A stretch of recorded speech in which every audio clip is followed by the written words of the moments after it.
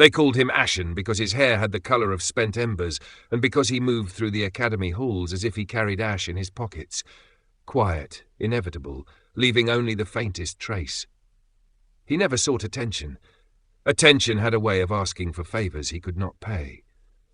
In a city built like a ring of spear points, glittering spires for the well-born, narrow alleys for those who kept the machines humming, there was a place called the Hero Academy.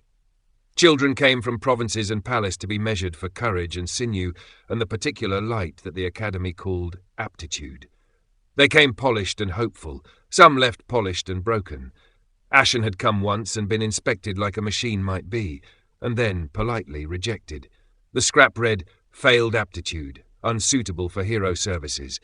It was official enough to bruise. He kept it folded into the heel of his boot, the way some people kept prayer charms, small, private, and perilously near the skin.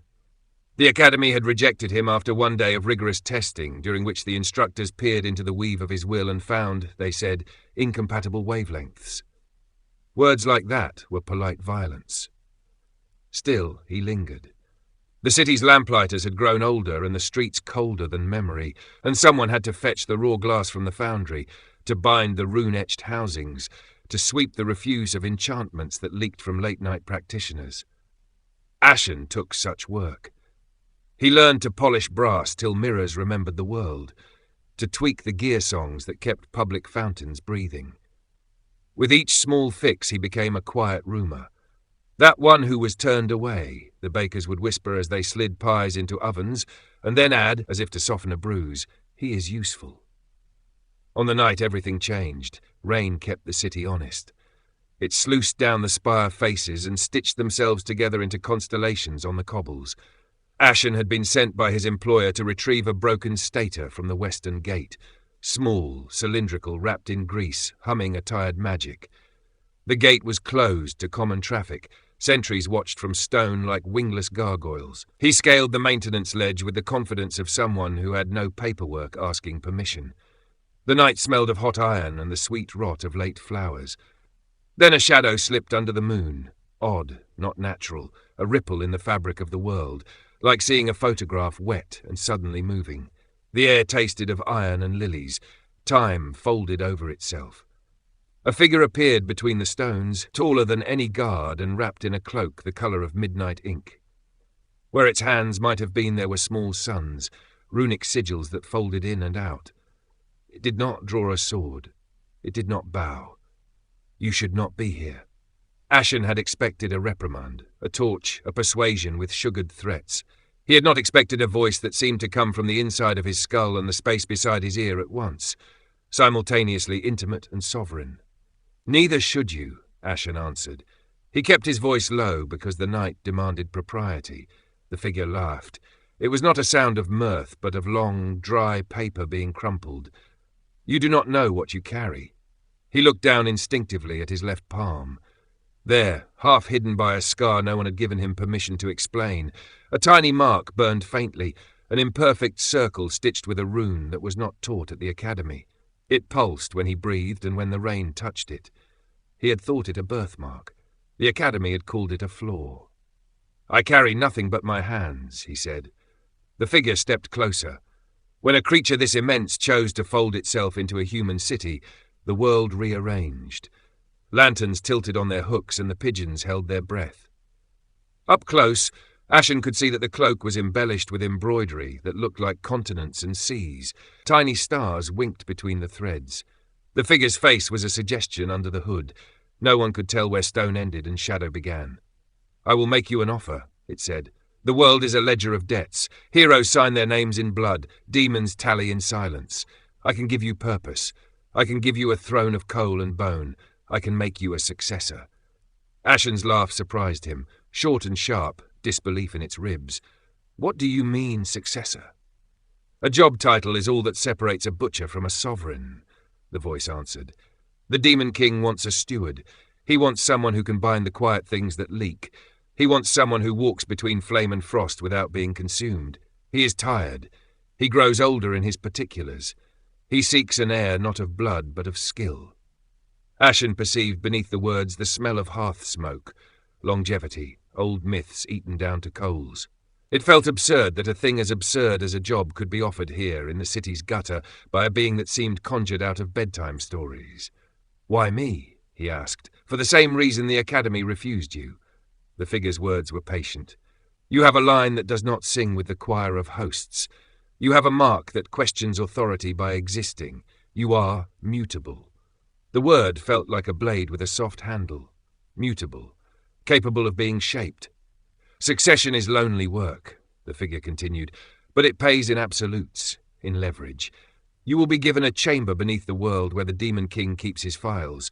You will learn the ledger of bargains and the quiet language of contracts, and in exchange you will do 3 things. First, accept the King's mark.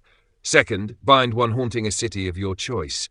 Third, come to the conclave to be named." Ashen imagined a ledger and ink and a quill that tasted of thunder. He imagined himself, small in a cathedral of bones, signing with hands that once swept ash.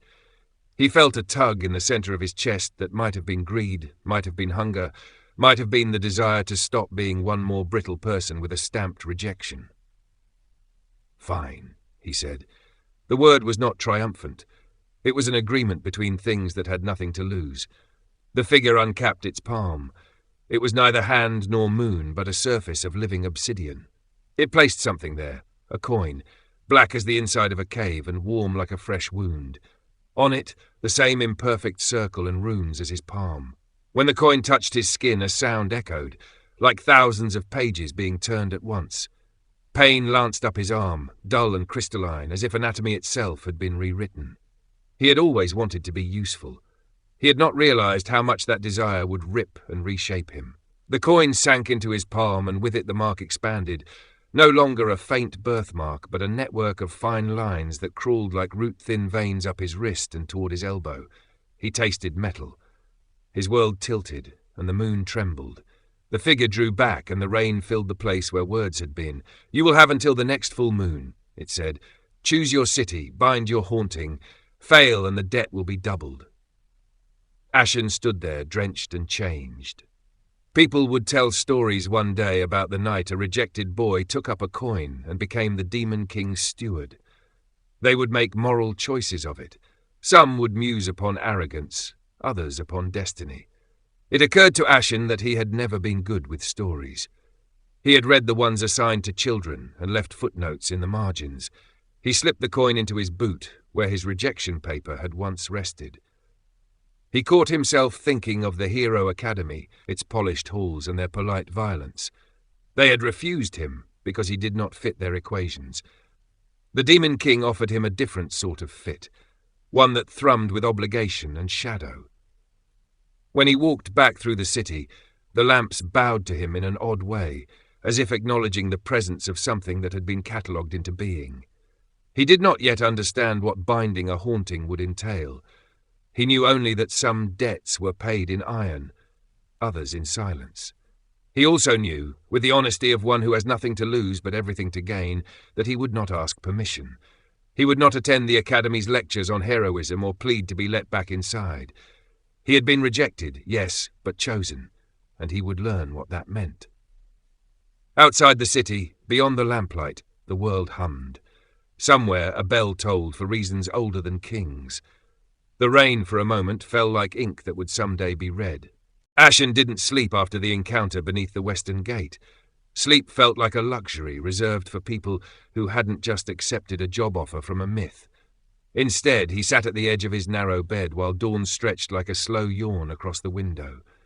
The mark on his arm pulsed faintly, an irregular heartbeat under his skin. At times it felt warm, at times cold, and once, just as the sky turned pale, it vibrated like a plucked string. Whatever the Demon King had branded onto him was alive in ways he could neither name nor negotiate with. The city outside was stirring. Dawn in the capital always tasted like boiled barley and machine oil. Vendors lit their first fires, steam hissing from enchanted grates beneath their stalls. Ashen pulled on his coat and wrapped his arm in fresh bandages, not to hide the mark, but to quiet it. When he tucked the edge under his sleeve, the pulsing eased, as if the mark understood discretion. Good, he thought. A secret should behave like one. His first task was simple in phrasing, impossible in practice. Choose a city. Bind a haunting. Cities he could choose. Hauntings were another matter entirely. Most hauntings didn't advertise themselves unless they wanted to be seen, and the ones that wanted to be seen were rarely the ones that wanted to be bound. He descended the stairs of his rented building and stepped into the morning. Fog curled around the foot of every lamppost, gathering into ghost-like knots before evaporating. The capital, Lyrestra, was too large, too bright, too noisy to be haunted in the traditional sense. Whatever ghosts lingered here were the kind that lived in public memory, not in alleys or abandoned houses. He needed a city quieter, older, and historically irresponsible. So he rode. Lyrestra's transit network was a complicated mesh of ruined rails, steam whistles, and clockwork mechanisms. The train to Duskfall, a city known for its crooked towers and poor civic planning, departed every 2 hours. Ashen bought a ticket without reading its fine print and boarded the second car. As the door slid shut, the mark on his arm tingled like it approved of the direction. The train jolted forward. Rain began again, tapping the window with the persistence of a debt collector. As the city thinned behind him, Ashen watched fields blur into patches of forest. He breathed easier away from Lyrestra's expectations. Out here, he could pretend he was only a journeyman technician on assignment, not a would-be steward to an ancient power. Duskfall announced itself with a smell before a skyline, the scent of old stone, wet iron, and flowers beginning to rot in the gutters. When the train hissed to a stop, the platform seemed half asleep. Only 2 passengers disembarked, an elderly man carrying a paper bundle and Ashen, carrying a responsibility he had yet to define. He stepped onto the cobblestones. The city was smaller than he remembered, its streets cramped, its buildings leaning like gossipers pressing close to hear better. Lanterns flickered as he passed, their flames bending sideways as if bowing. The Demon King's mark, still hidden, responded with a faint warmth. A haunting would be here. He could feel it like a tug at the back of his ribs. The first clues came from the locals. At the corner of a narrow market lane, a woman was sweeping puddles off her doorstep, an act as futile as catching wind with a net. Ashen approached with polite distance. "Excuse me," he said. "I'm looking for any disturbances. Recently?" The woman squinted. "You're not from here." "No," he acknowledged. She leaned on her broom. "Disturbances? Plenty. My sister's boy won't stop stealing pears, the baker keeps burning bread, and last week the clock tower chimed thrice at midnight." Ashen waited. People often circle around the truth when they're afraid of stepping on it. She lowered her voice. "But if you mean the other thing, the thing we don't talk about." She tilted her head toward the northern ridge. "It came back 2 weeks ago. Folks say it's the old architect, the one who built the river bridge and drowned in it when it collapsed. A ghost with a grudge. A common type, but not always easy. Has anyone interacted with it?" "A boy said it whispered his name. We told him he misheard the wind." Her expression tightened. "But the wind doesn't know children's names." Usher thanked her and headed north. As he walked uphill, the streets narrowed until only one person could pass at a time. Duskfall's architecture favoured claustrophobia, houses built so close their balconies kissed. Underfoot, the cobbles shifted slightly when stepped on, as if considering whether to give way. The higher he climbed, the colder the air grew. The mark on his arm buzzed faintly. He reached the ridge. Below, the dried riverbed cut the city in 2. Above, the ruined bridge arched over nothing. It was a skeleton of stone held together by stubbornness and centuries of disrepair. Mist gathered under its arches like breath held too long. That was where the haunting lived. Ashen stepped toward it. Each footfall echoed too loudly, as if amplified by memory. Halfway across the broken span, a chill slid across his back, not cold weather, but cold intention. Then he heard it, a voice like wet parchment being pulled apart. "Why did they forget me?" The mist thickened. From its heart emerged a figure, not whole, not broken, something in between. The ghost's form flickered with each shift of the wind, as if reality couldn't decide whether to keep or erase him. His face was the vaguest of sketches, but emotions clung to him in heavy, dripping layers. Sorrow, frustration, and a bitterness so old it had become architecture. Ashen exhaled slowly. "You're the architect." The ghost didn't answer the obvious question. "They walk my bridge. They drink from the fountains I carved. They sing under roofs I built." The voice trembled. "And yet, my name is Dust." "You drowned," Ashen said gently. "People assume tragedy should be forgotten to avoid repeating grief." The ghost's outline sharpened. "I was not killed by water. I was killed by negligence. They ignored my warnings. They cut the foundation stones thinner to save time.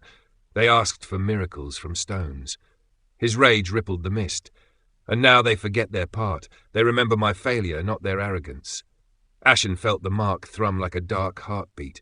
This was what it wanted: injustice, twisted memory, unresolved debt. Hauntings were just stories refused an ending. He spoke carefully. "I'm here to bind you." The ghost stilled. Then laughter like stones cracking under ice. "Bind me? Boy, you don't even know what keeps me here." He was right. Ashen had no training, no rituals, no incantations. All he had was a mark branded by a king who dealt in cosmic debts. But sometimes the shape of a problem suggests its solution. Hauntings linger because something is unfinished. "What do you want?" Ashen asked. "Recognition," the ghost hissed. "My name restored, my work acknowledged, my blame removed from the city's tongue." Ashen nodded. Binding wasn't about forcing, it was about resolving. If the ghost wanted truth, then truth could anchor him. He placed his hand on the broken parapet. The mark burned through the bandage, and light bled through the cloth like ink rising in water. The ghost recoiled. "You carry his mark." "Yes, you are dangerous." "I'm learning," Ashen said. "Dangerously." He focused. The mark pulsed, sending a vibration up his arm and into the stone beneath his hand. The bridge responded with a low hum, an ancient sound like grinding gears beneath earth. The ghost wavered. Ashen spoke, letting the mark guide the shape of his words. "I acknowledge your name," he said. "Whatever the city forgot, I will restore. Your work will be remembered. Your death will be rewritten from shame to sacrifice." The ghost flickered violently, caught between disbelief and hope. "What is your intent?" it whispered. "To finish your story," Ashen answered, "and then free you from it."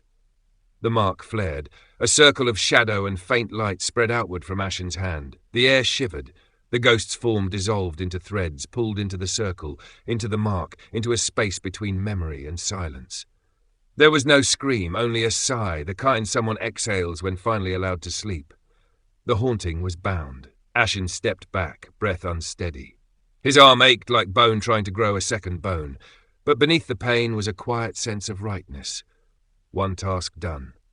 He looked across the ridge. The city below, crooked and stubborn, felt different, lighter, as if someone had removed a weight from its chest. He had chosen his city. He had bound his haunting. Now only one task remained: attend the conclave, and that, he suspected, would be far more dangerous. The moment Ashen accepted, the cavern reacted. The globes of pale fire circling the room dimmed, then brightened in a synchronized pulse, as if the entire space took one deep breath. The 12 presences seated in the stone chairs leaned forward, or flickered forward, in subtle acknowledgement.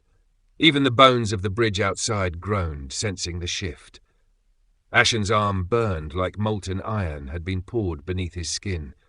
The mark's glowing lines reached upward, spidering across his collarbone, branching toward his heart. He clenched his jaw, refusing to cry out. The Demon King's mask tilted slightly, watching him with unreadable calm. "Good," the Demon King murmured. "Pain means the mark recognizes you." Ashen didn't know what it meant if the mark didn't recognize someone, but judging by the whispers from the ring of demons, it probably involved disintegration, incineration, or turning inside out. Selith, the historian demon, stepped closer. "Hold out your hand." Ashen's fingers trembled as he extended it. Selith cupped his palm and examined the pattern spreading across his skin. The architect's binding has integrated itself too cleanly. You handled him properly." "I didn't handle anything," Ashen muttered through clenched teeth. "The mark did."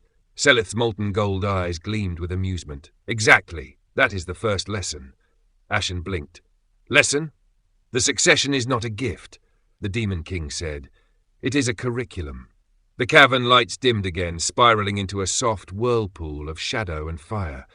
"Ashen," the Demon King said, voice echoing from everywhere at once, "you have been chosen because you are competent, but also because you are incomplete. Power fills gaps, but you must understand your own gaps before power can inhabit them." Ashen wasn't sure if he should feel insulted or enlightened. "So this is training?" he asked. You could call it that, Selith said, folding his arms. Though humans tend to imagine training as swinging swords, chanting rituals, or screaming until sparks fly from their eyes, this will be very different. The Demon King raised a hand. Suddenly, the ground beneath Ashen dissolved, not physically, but perceptually. The cavern, the circle of demons, the bone bridge, all blurred into blackness. He felt weightless, as though someone had torn the concept of gravity away from his body. Then, light, a soft bluish glow spread beneath him. He stood on a smooth circular platform suspended in a void. The air smelled like storms that had not yet broken. "Where am I?" Ashen whispered. "In the threshold," Selith's voice answered, though his body did not appear. A space between spaces, made for exactly this purpose. The Demon King materialized in front of him, not walking, simply shifting into existence as if turning a page. "Your first lesson," they said, "is understanding the nature of your role." Ashen swallowed. "Successor?" "Not yet," the Demon King corrected. "A successor is not chosen by one king, but acknowledged by every power the king commands. You have only taken the first step. You are what we call a bearer." The mark on Ashen's arm pulsed as if in agreement. "What does a bearer do?" he asked. "Carries responsibility," the Demon King said, "and occasionally catastrophe." "Comforting," Ashen muttered. The Demon King continued as if he hadn't spoken. "A bearer is the container, the vessel, the one who holds debts, binds unresolved stories, and anchors forgotten truths." "Like the architect," Ashen murmured. "Yes," the Demon King said. "That was your first binding, a small one." Ashen's breath caught. Small? Selith's voice floated from somewhere behind him. "Child, the oldest haunting in the Eastern Ridge spans 9 nations and 2 centuries. The architect was merely a local complaint." Ashen tried not to think about ghosts that could haunt nations. "So what happens now?" he asked. "The second lesson," the Demon King said, "is about burden." A low hum filled the void. The platform beneath Ashen lit up with faint patterns, lines forming spirals, spirals forming symbols, symbols forming something like a map of veins. Ashen felt the pull first in his chest, then in his bones, then deeper. A shadow appeared in front of him. No shape, no outline, just a swirling knot of darkness and whispering sound. It wasn't a ghost. It wasn't alive. It was something older, something that felt like history that had been refused acknowledgement for too long. "This," the Demon King said, "is a memory that has gone feral." Ashen stiffened. "A what?" "When a tragedy is covered up," Selith explained, "when a story is buried, when a sin is left unspoken for too many years, the memory itself begins to rot, and then it becomes this." Ashen stared at the swirling shadow. It throbbed like an infected wound in the world. "Your task," the Demon King said, "is to bear it." "What does that mean?" "To hold it," the Demon King said. "Accept it, let it settle inside your mark, and survive the process." That last part felt suspiciously significant. Ashen stepped back instinctively. "This thing looks like it eats people." "It does not eat," the Demon King replied. "It consumes. The distinction is important." Ashen felt sweat begin to gather at the back of his neck. "I'm not ready." "You accepted the coin," the Demon King said softly. "Readiness is irrelevant." The memory shadow drifted closer. Its whispers grew louder, voices overlapping, rising, fading, merging into a discordant hum. Ashen couldn't make out any words, only emotion. Grief, betrayal, desperation, and something like the taste of old blood. His stomach twisted. "No," he whispered. "This is too much." The Demon King extended a hand toward him, not touching, just steadying the air. "You are not doing this alone," they said. "Your mark will guide you." "But I don't understand it yet," Ashen said, voice cracking. "That is why this is your lesson." The memory shadow surged. Ashen froze as its cold breath washed across him. His heart hammered. Breathing became difficult. The shadow wrapped around his arm like smoke, sinking through the bandages, merging with the mark. Ashen screamed. The pain was unlike anything he'd known. Not sharp, not burning, but overwhelming, like feeling 10 lifetimes of grief compressed into a single heartbeat. Images punched into his mind. Drowned faces, collapsing halls, shattered treaties, dying children, cities burning in moonlight. His knees buckled, and he fell to the platform, clutching his head. The Demon King's voice cut through the agony. "Breathe! Ashen!" he gasped. "Accept it. Do not resist it." He forced himself to inhale, then exhale. His vision blurred. His body trembled. The shadow surged again, pouring into the mark like liquid sorrow. Ashen screamed again, but this time It wasn't a scream of pain. It was release. As the last of the shadow merged with the mark, the platform dimmed. The whispering stopped. Silence returned. Ashen collapsed forward, panting. His arm glowed faintly, no longer in pain but warm, steady, like a heartbeat whispering, "I am here." The Demon King stepped closer. "You survived," they said. "Good." Ashen lifted his head weakly. What was that memory? "A kingdom's forgotten massacre," the Demon King replied, "sealed away by rulers who feared blame more than bloodshed." Their voice softened. "The world is filled with such wounds, and you must learn to bear them." Ashen swallowed, throat tight. "How many more lessons are there?" 12, Selith said cheerfully, appearing behind him at last. 12. Ashen croaked. "For now," Selith added. Ashen groaned. The Demon King raised a hand. The void dissolved. The cavern returned. And Ashen stood once more before the 12 demons, trembling but alive. The Demon King's masked gaze lingered on him. "Ashen," they said, "you have taken the first true step toward succession. What comes next will test more than your endurance." Ashen swallowed hard. "What comes next?" The Demon King answered with quiet gravity, "A journey." The abyssal gate groaned as if awakening after centuries of slumber. Its runic rings rotated slowly, shedding sparks of black and violet light that drifted like dying stars. Each pulse from the gate vibrated through the stone beneath Lucien's feet, echoing in his bones like a heartbeat that wasn't his. He stood at the threshold with Zara beside him, her arms folded, eyes narrowed at the swirling void beyond the archway. "You sure you want to do this?" she asked. "The abyss. It doesn't take kindly to tourists." "I'm not a tourist," Lucien said, trying to sound more confident than he felt. "I'm the Demon King's successor. I have to prove it." "That's the spirit," Zara muttered, rolling her eyes. "Blind optimism. The abyss eats that for breakfast." Behind them, scattered across the hall, demons of varying ranks stood watching, some with arms crossed, some whispering, some smirking, waiting to see the human boy get swallowed whole. A towering demon general named Varkarth leaned forward and grinned. "If he dies, can I have his boots? They look comfortable." Zara didn't even look at him. "Touch his boots and I'll bury you in the lava pits." Lucien felt a flicker of gratitude. Then another tremor rolled through the floor. The Demon King, Azeroth, colossal and shadowed, rose from his throne. His presence dimmed every torch in the hall. The air grew thick, cold, and humming with power. "Lucien," he said, his voice a resonant growl that bent the air. "The abyssal realm is the birthplace of prime demonic power. It will judge your soul. If you enter unprepared, you will not return." Lucien swallowed. "I'm ready." Azeroth's crimson eyes narrowed, not in disapproval, but in analysis, like a predator weighing potential. "Then step forward, and remember, the abyss shows no illusions, only truth." Lucien exhaled slowly, then stepped into the swirling darkness. The moment his foot touched the void, the world shattered. Lucien landed hard on solid ground, or something pretending to be ground. The floor pulsed beneath him like living flesh. Above him was no sky, only swirling storms of violet flame orbiting an enormous black sun. The air tasted metallic. He rose slowly, scanning the horizon. The landscape stretched endlessly, mountains floating upside down, rivers flowing upward into nothingness, forests made of shadowy tendrils whispering his name. "Okay," Lucien muttered. "Could be worse." A whisper slithered past his ear. "Lucien," he spun around. "Who's there?" The whisper came again, colder this time. Unworthy, weak, rejected. Lucien's chest tightened. The words struck deeper than they should have. "No," he murmured, "not again." The ground split open beneath him. A massive dark silhouette crawled out, forming into a creature shaped like a knight, armored in nightmare black steel, its eyes burning crimson.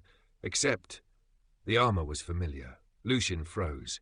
"That's Hero Academy armor, but darker, corrupted." The Abyss Knight lifted its blade, and Lucien recognized the emblem carved into its chest plate, the emblem of his old class, the one he'd served with, the one he'd trusted, the one that betrayed him. The creature spoke in a distorted echo of a voice he once knew, his former instructor. "You were never meant to stand with us. You were weak even then." Lucien trembled, not with fear, but with rage he'd buried too deep. "No," he said, raising his hands. "I'm not that person anymore." But the Abyss didn't care about words. The knight lunged. Lucien barely dodged. The blade gouged a massive scar in the living ground. The battlefield shook. He channeled mana through his hands. The crimson aura flared around him, instinctively responding to danger. He hadn't noticed before, but the Demon King's power flowed through him far more easily now. He thrust his palm forward. Infernal discharge!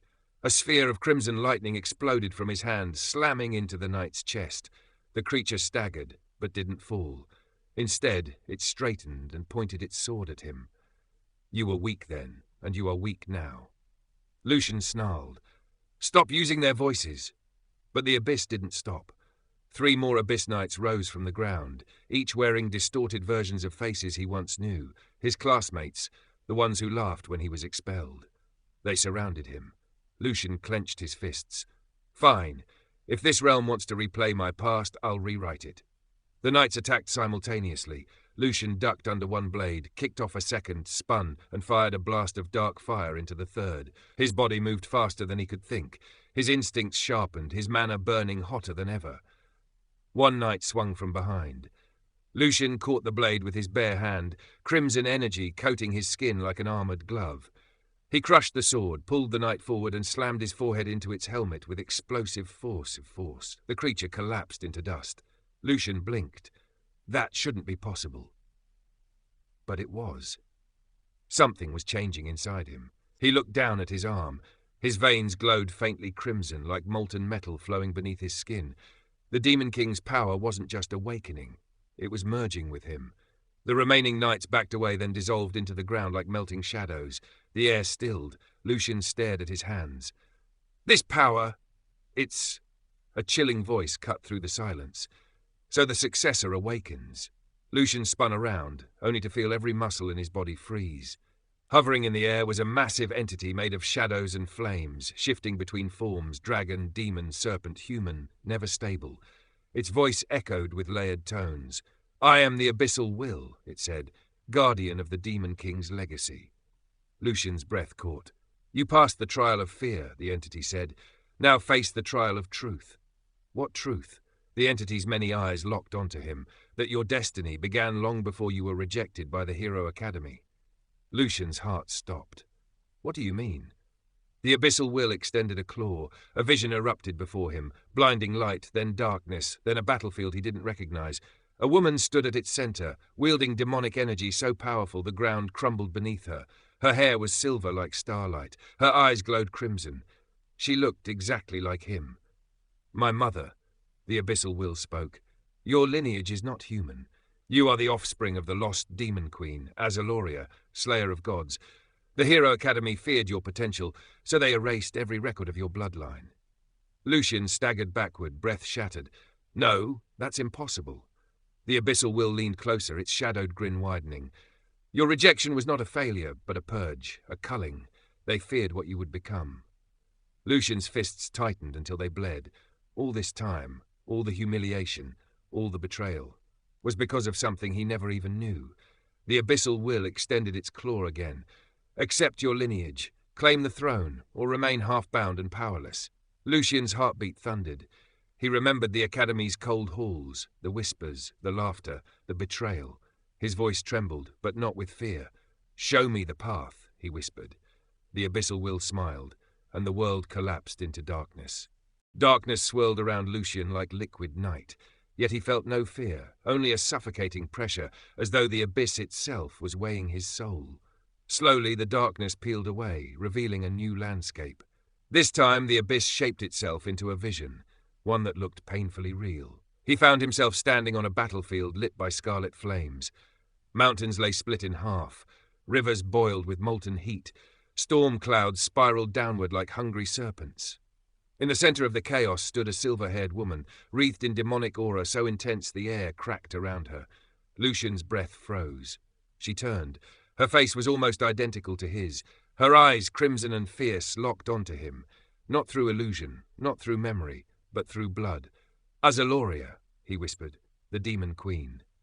The Abyssal Will materialized behind him, its voice swirling like distant thunder. Behold your mother, born of destruction, sculptor of wars, slayer of gods. Lucian studied her, unable to look away. She moved like a storm incarnate, tearing through an army of radiant winged beings, celestials, their halos cracked and their armor dripping gold. One celestial screamed, "She carries the cursed air! Kill her before!" Azaloria impaled him with a single gesture. The celestial's body evaporated into dust. Lucian swallowed hard. "So I'm her son." The abyssal will drifted closer, its many eyes glowing. "She vanished before your birth. Some say she died. Others say she ascended. The truth remains hidden even from the abyss." Lucian frowned. "Then how did I end up in the hero kingdom?" "Because someone took you," the abyssal will said.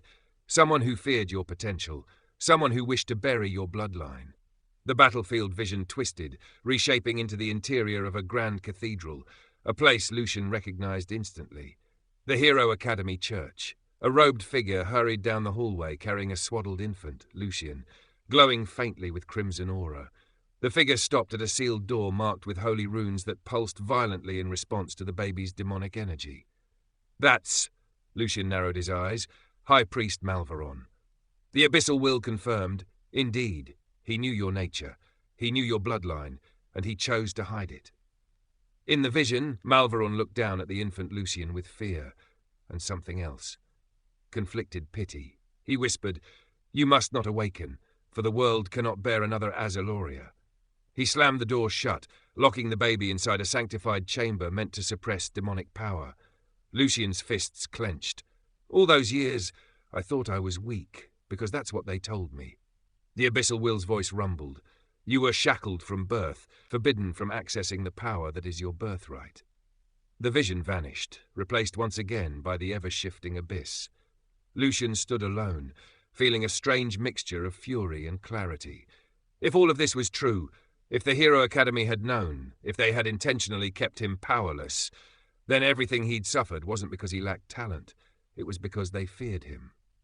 "What now?" Lucian whispered. The abyssal will's gigantic form hovered above him. "Now, Successor, you must claim the power your bloodline demands." The ground trembled. A throne rose from the center of the void, massive and obsidian, carved with symbols that pulsed in time with Lucian's heartbeat. The throne of Azaloria. "Sit," the will commanded. "If the throne accepts you, the abyss will recognize you as heir. And if it doesn't?" The will's many mouths stretched into something like a grin. "Then you will be obliterated." Lucian exhaled slowly. "Right, no pressure." He stepped toward the throne. Each footstep echoed like a war drum. The closer he got, the heavier the air felt. The throne radiated overwhelming power, ancient, hungry, alive. It wasn't just a seat, it was a nexus, a living relic forged from pure demonic essence. Lucian reached out and touched its armrest. Instantly, a tidal wave of energy exploded through him. He dropped to one knee, teeth clenched. Crimson lightning shot up his arms, tearing through veins, rewriting them.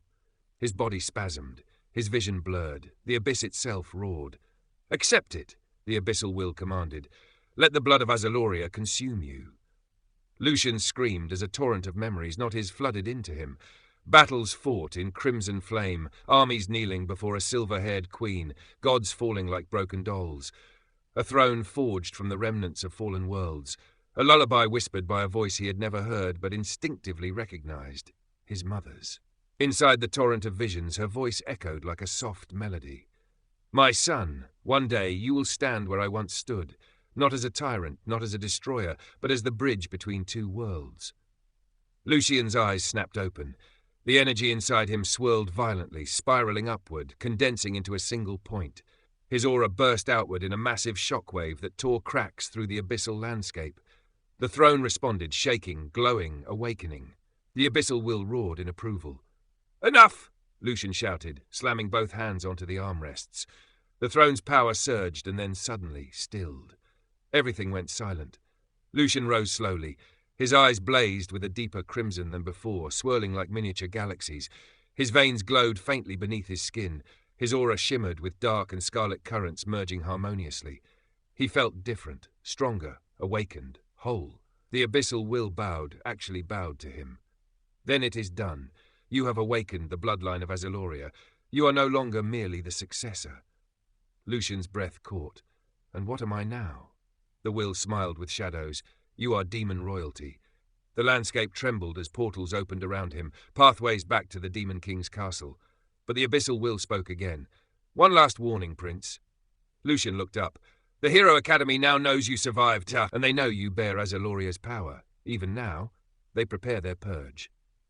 Lucian's stomach twisted. Let them come.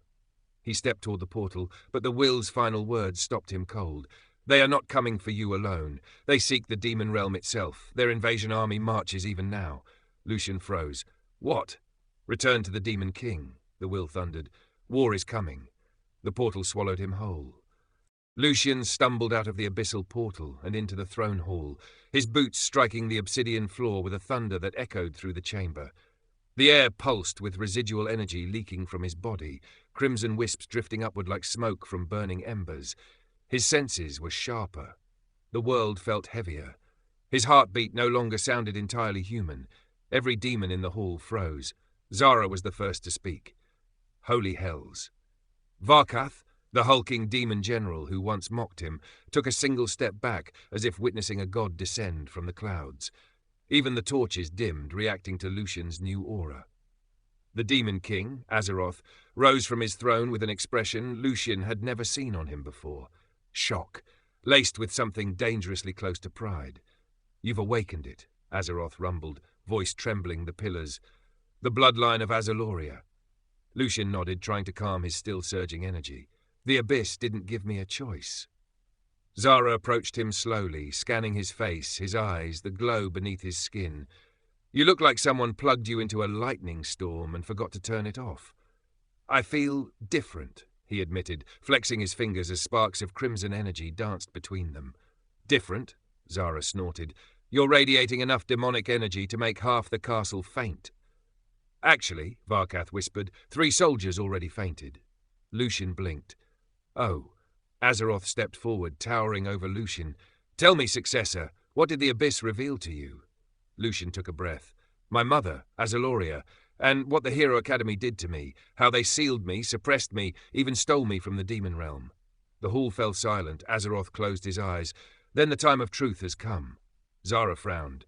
Truth? What truth?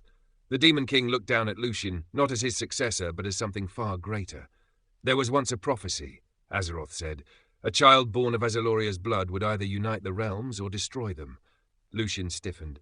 Me, Azeroth nodded. Indeed. Zara's playful smirk evaporated. And the Hero Academy knew?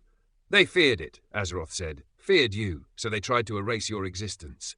Lucian felt something dark stir inside him. Then let them come. Azeroth's gaze sharpened. Oh, they are coming, far sooner than you think.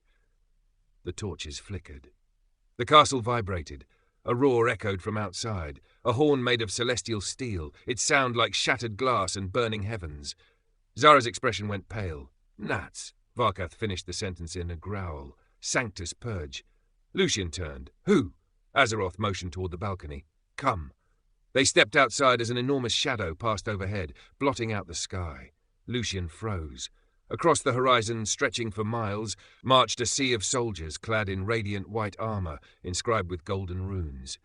Their banners bore the emblem of the Hero Kingdom, a sword piercing a black sun. But above them, Lucian's heart skipped. Holy warships flew in formation, their wings made of pure light, engines fueled by divine crystals. Archangels circled them, halos burning like suns, spears gleaming brighter than lightning. At the center of their formation hovered a floating cathedral, forged entirely from shimmering ether, towering spires, glowing wings, and a monstrous cross-shaped cannon humming with celestial energy. Zara whispered, They brought the Sanctus Exterminatus cannon. They're actually insane. Lucian couldn't look away. The floating cathedral trembled, gathering power. Azeroth's voice dropped to a dark growl. This is no scouting force. This is a full purge battalion. Lucian turned to him. Why now? Azeroth raised a hand, conjuring an illusion of the Hero Academy Council chamber. Several faces appeared, instructors, commanders, holy bishops, all wearing expressions of absolute resolve. At the center of them sat High Priest Malveron. Lucian's breath hitched. The man who had held him as a baby, the man who sealed him, the man who lied. Malveron spoke in the vision, his voice cold and merciless. The Demon King has chosen the child. Azaloria's heir must not be allowed to ascend. The purge begins at dawn. The vision vanished. Lucian's fists tightened hard enough for his knuckles to crack. So it's me they want. No, Azeroth said. It is the entire realm they intend to burn to reach you. The ground shook as the first celestial artillery bombardment struck the outer shield wall. A tidal wave of holy light scorched the sky, ripping cracks through the protective barrier. Demons across the city screamed, scattering in panic. Zara grabbed Lucian by the collar. "We need a plan, now!" Varkath raised his axe. "Send me out there. I'll carve their angels into soup." Azeroth's booming roar silenced them all. A battle of this scale cannot be won through recklessness. Lucian looked from the king, to the army, to the terrified demons below. "This is my fault," Zara glared. "It is not your fault they made this choice. But they're here because of me." Azeroth placed a massive hand on Lucian's shoulder. "No. They are here because they fear what you represent. Hope for demons, balance between realms, a threat to their power." Another celestial blast slammed into the shield wall. The ground jolted violently, stone cracking beneath their feet. The barrier flickered. Lucian steadied himself. "Then I have to fight." Zara turned to him sharply. "Lucian, no, I'm done running. I'm done being powerless. If they want Azaloria's heir, then they'll meet him." Azeroth's eyes gleamed. "Very well. Your bloodline has awakened, but if you wish to stand against the Sanctus Purge, you must learn to control it." Lucian hesitated. "You mean training?" Azeroth shook his head. "No, I mean unleashing." He raised his hand, and the entire throne hall floor shifted, revealing a hidden staircase spiraling deep into the earth. Zara narrowed her eyes. "Hey, I thought that was just a decorative mosaic." "It is the Chamber of Convergence," Azeroth said, "a place where demon royalty refine their true form." Lucian stiffened. "True form." Azeroth's expression turned solemn. "You have the blood of a demon queen. That blood has a form, a manifestation. You must awaken it before you face the purge." Lucian stared into the darkness of the stairway. "And if I can't?" Azeroth didn't answer. Zara placed a hand on Lucian's arm. "You're not alone, you know." Her voice, usually sarcastic, was unusually soft. Lucian managed a weak smile. "I know." Azeroth gestured toward the descending passage. "Go. The demon realm does not need Azaloria's son." He paused. "It needs Azaloria's successor." Lucian swallowed, nodded once, and stepped into the darkness. The Chamber of Convergence. The underground air was cold and still, lit only by veins of glowing crimson stone. Demonic runes circled the massive chamber like constellations carved into granite. The walls themselves seemed alive, pulsing with ancient power that predated the castle above. As Lucian approached the center, the runes responded, erupting in fiery light that cast dancing shadows across the chamber walls. A whisper filled the room, soft yet resonant. "Child of Azaloria." Lucian stiffened. "Mother?" A silhouette formed in the flames, a woman of light and shadow, her silver hair floating like ethereal silk. Her eyes held the same crimson glow that now burned in Lucian's own gaze. She wasn't fully solid, she wasn't even fully real, but she felt real enough. "Lucian," the apparition whispered. "My son." Lucian's breath broke. "Why did you leave?" Her form flickered sadly. "I was hunted, feared, betrayed. I had to protect you." He stepped closer, his hand reaching out instinctively. "But they stole me. They sealed me."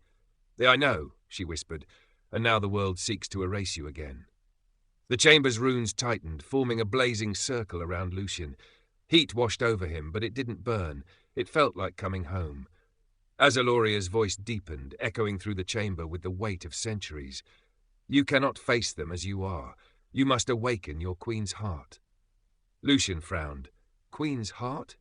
"The core of your demonic form, the manifestation of your bloodline, the throne that resides within your soul." Her form grew brighter, more defined. "It is what they feared most, what they tried to bury." She extended her hand.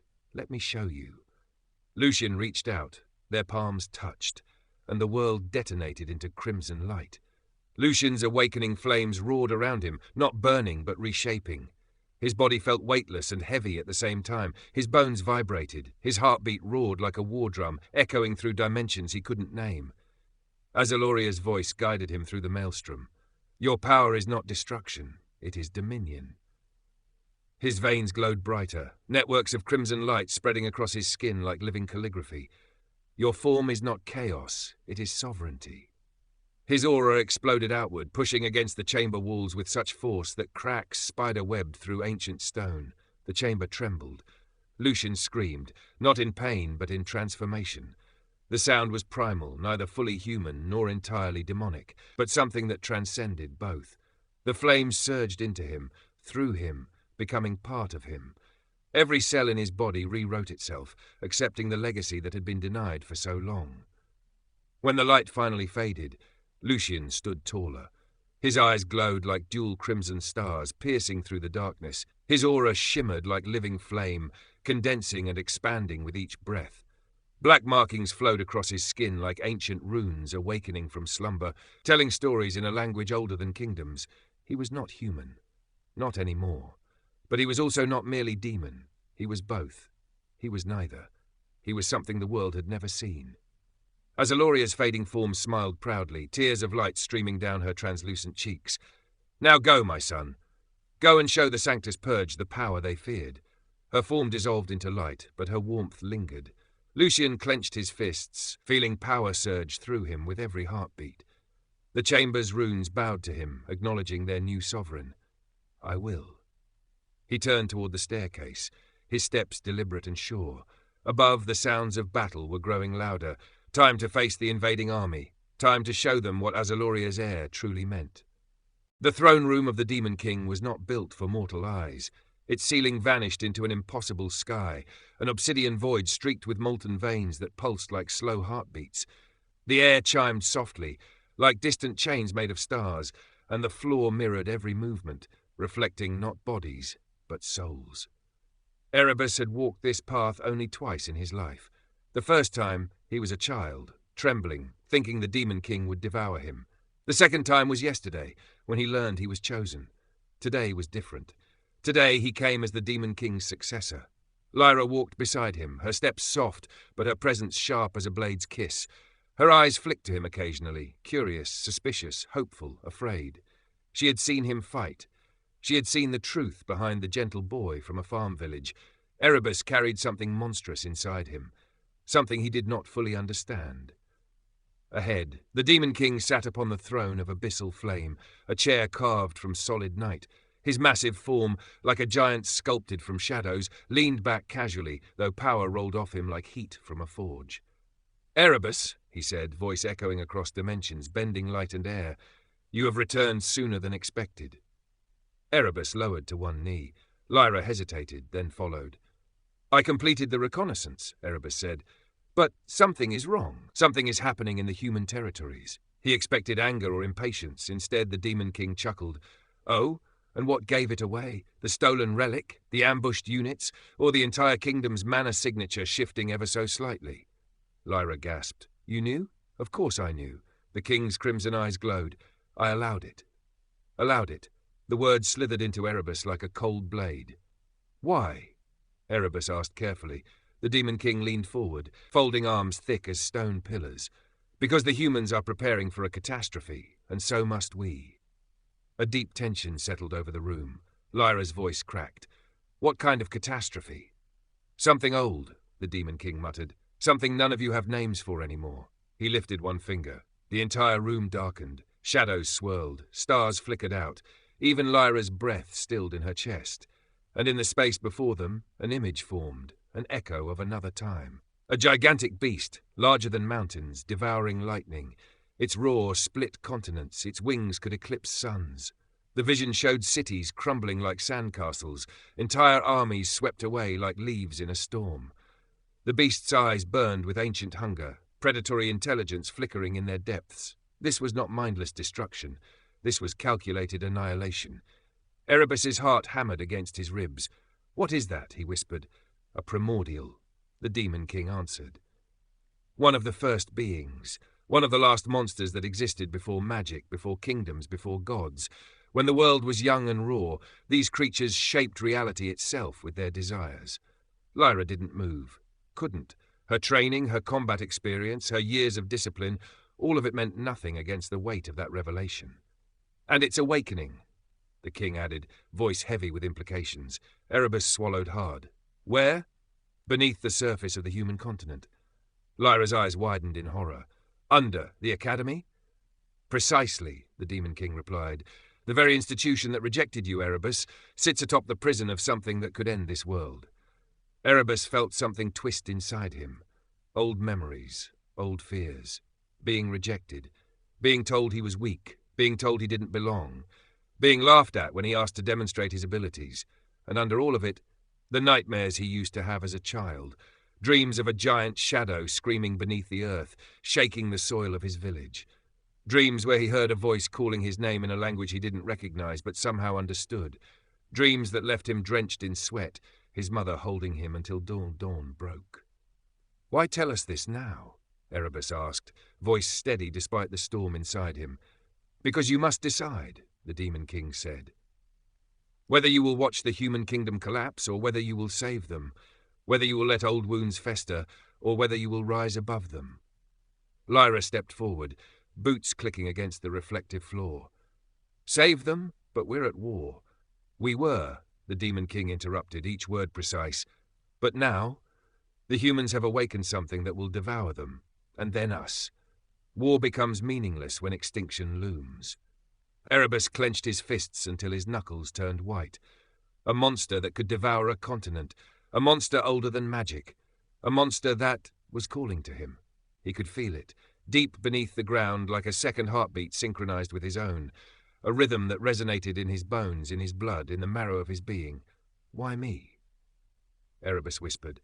The Demon King rose from the throne, the darkness trembled, the stars outside flickered and dimmed. He walked toward Erebus, each step making the room quake, reality itself adjusting to accommodate his presence. When he finally stood before him, the king rested a massive hand on Erebus's shoulder, surprisingly gentle for something so powerful. "Because you are not fully human." Lyra inhaled sharply, eyes locking onto Erebus with new understanding, new fear. What do you mean?" she asked, trembling.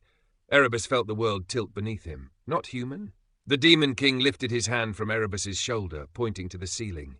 A rift opened, showing a vision of a woman with black hair and kind eyes, holding a newborn child glowing with faint crimson runes that pulsed across his tiny body like living tattoos.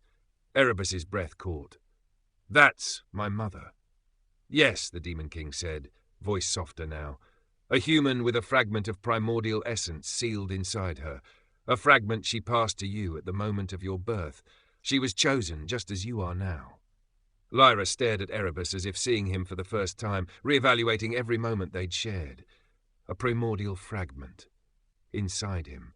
A piece of the very monster awakening under the academy. "You have felt it your whole life," the Demon King continued. "The unnatural strength in moments of fear, the strange dreams that felt too vivid to be imagination, the whispers in languages you shouldn't understand, the way mana bends around you, refusing to behave as instructors teach." Erebus trembled. He remembered everything. The nightmares that felt too real, the mana spikes instructors couldn't explain, dismissing him as defective, the terror he felt when he touched the Academy's relic and it reacted violently, cracking down its center, the moment his mother looked at him with such profound sadness before she died. Lyra stepped closer, voice soft but urgent. "Erebus, why didn't you tell anyone?" "Because I didn't know," he whispered. "I thought I was broken. I thought I was wrong." The Demon King placed both hands on the arms of his throne as he sat back down, the weight of centuries in his posture. "Now you do, and now you must choose." Erebus lifted his head, meeting those ancient crimson eyes. Lyra held her breath. "Choose what?" Erebus asked. The Demon King smirked, a dangerous expression. "Whether to destroy the primordial or awaken it." Lyra gasped. "Awaken it? Why would he?" "Because," the Demon King said, eyes narrowing with terrible knowledge, "a primordial does not simply die. It can only be killed by one who shares its essence, one who can speak to it in the language of creation itself." Erebus stiffened. Lyra shook her head violently. "You're saying only Erebus can face that thing?" "Yes." "That's suicide." "Perhaps, perhaps not. Depends on whether he truly understands what he is." Lyra turned to Erebus, voice breaking. "You don't have to do this.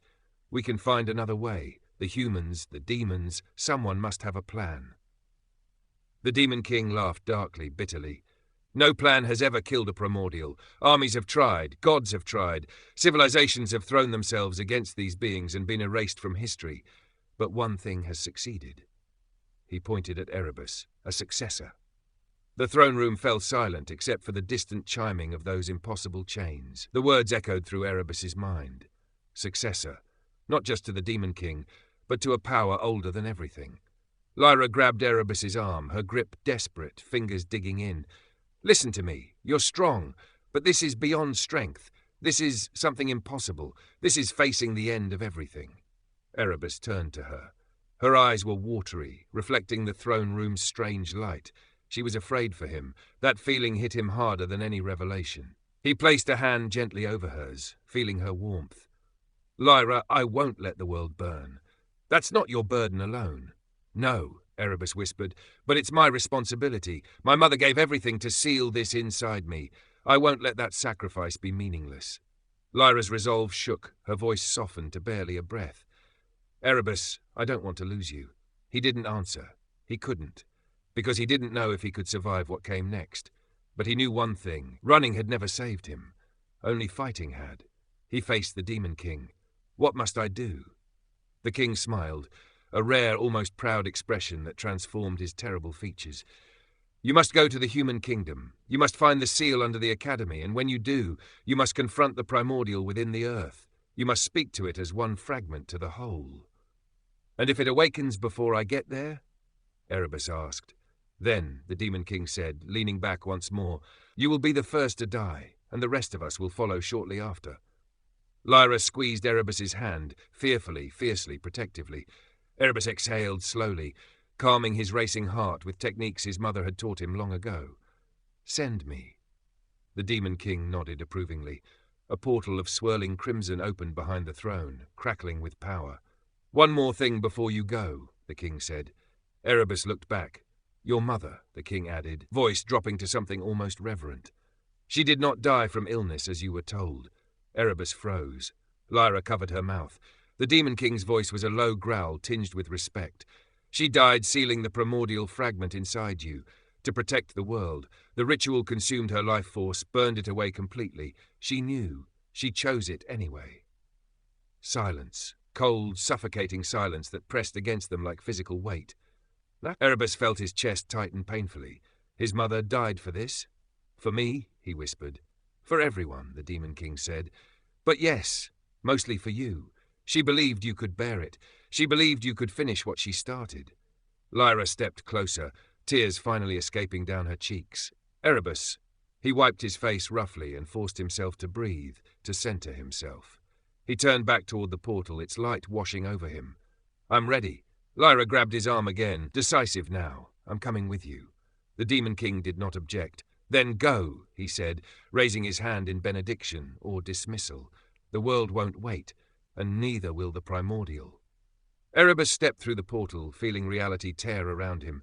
Lyra followed without hesitation, and a war older than kingdoms, older than magic, older than life itself, began to stir beneath the academy, answering the call of its lost fragment.